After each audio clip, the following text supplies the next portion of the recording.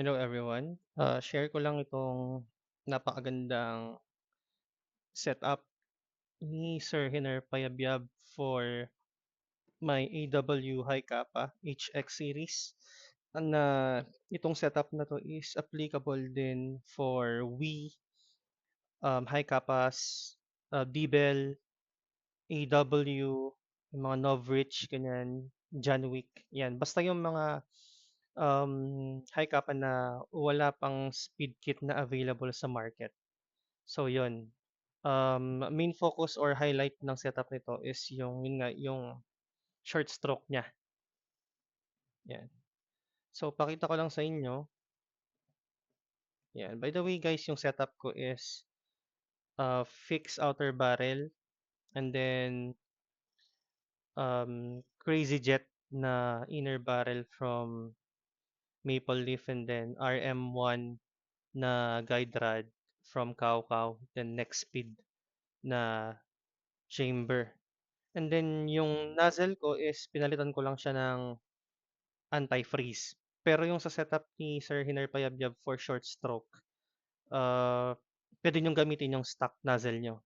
Hindi rin kayo gagamit ng ibang blowback housing. Yung stock lang din gagamitin ninyo. Imo-modify. May gagawin lang modification si Sir Hiner Payabyab. So tested na din to. Ginamit ko na siya sa event nung nakaraan sa grand opening ng Kai's Gym. So far wala naman ako naging problema. 'Yun. So 'yun, pakita ko lang sa inyo from the nozzle. Ayan, kung mapapansin niyo yung nozzle, 'yan. 'Yan.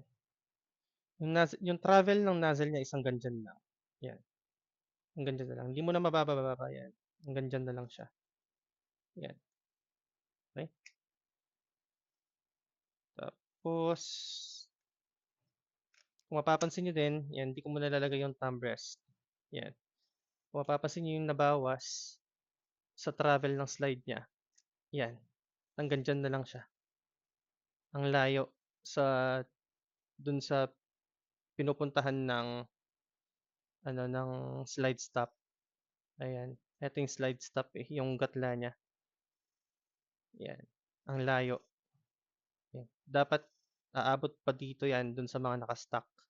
'Yan, aabot dito. Pero siya hanggang diyan na lang. So 'yan na lang yung magiging cycle ng high kappa nyo. 'Yan. Mapapansin nyo din sa likod, 'yan, mag-focus ka. Ayan, yun. So sakto lang niyang ibababa. 'Yan, sakto lang ibababa yung hammer. 'Yan, kung mapapansin niyo yung base pad, 'yan, saktong-sakto lang siya. So sakto lang nabababa yung hammer. Gano'n kalaki yung nabawas sa travel ng high kappa. So yung mga gustong mag-short stroke diyan, 'yan, eto na 'yon. Eto na yung napakagandang setup na hindi kayo magpapalit ng nozzle tsaka ng blowback housing. Make sure lang na may at least 2 piece kayo na guide rod or meron kayong pagpalit kayo ng guide plug na pang 4-3 para pumasok yung ano niyo, yung guide rod niyo sa slide. Kasi lalagyan ng makapal na buffer 'yan. 'Yan. Kasi kung mapapansin niyo yung buffer ko, ayan. Ayan lahat ng buffer ko, guys. Baligtad natin. 'Yan. Ayan. Ito yung chamber. Ayan. So, ganyan kakapal. Dito siya natapos. Ayan. Yung RM1 kasi ito may spring sa loob to. So, considered buffer pa rin yan. Yan. Ito. Yan. Okay. So, syempre, hindi naman to speed kit. Malamang, sasabihin ninyo is magmi-speed to. No, guys. Yan. Dahil sa pag test trial and error ni Sir Hiner Payabyab, yon na kuwang-kuwa na ngayon na hindi sila nagmi-speed. Yun, so balik natin 'tong thumb rest. Yan, thank you nga po pala Sir Hiner for sponsoring the thumb rest from 5KU. Maraming salamat po. Yan. So, test natin guys. So, meron ako ditong ilang shots ba 'to? Yan. 2, 4, 6, 8, 10, 12, 14. Yun, so 14 shots. Try natin. Yan.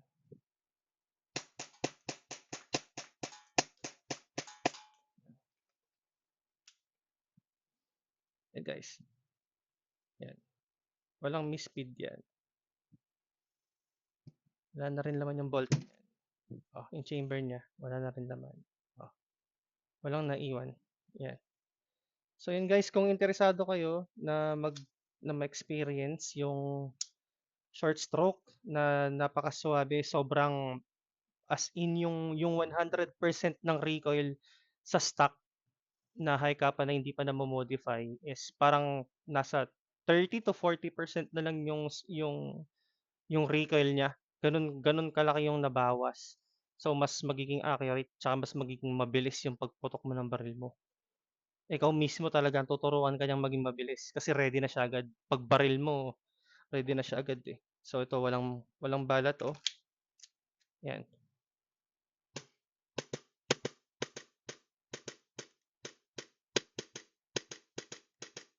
Yan. Yun guys, so yung mga naka-T-Rex dyan, yung mga naka-high kappa, IRX, ganyan yung mga John Wick or Novrich na high kappa. Any high kappa guys na wala pang available speed kit sa market yan, PM na gustong ma-experience yung short stroke, PM nyo lang si Sir Hiner Payabyab. Yan, siya nang bahala sa inyo. Okay. Thank you.